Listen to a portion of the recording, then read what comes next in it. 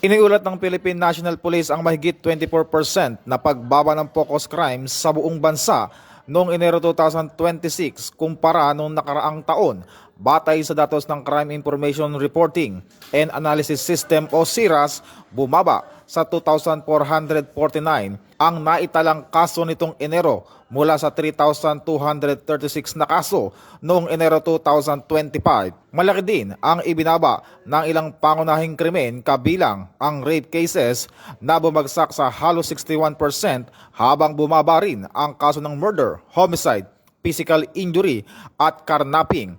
Ayon kay PNP Chief Police General Jose Melencio Nartates Jr., ang pagbaba ng krimen ay bunga ng mas maayos na pamamahala at tamang paggamit ng resources ng kapulisan, kabilang ang mas epesyenteng deployment ng mga pulis. Dagdag pa niya, mahalaga hindi lamang ang police visibility, kundi ang angkop at epektibong pagtatalaga ng mga tauhan, katuwang ang aktibong partisipasyon ng komunidad.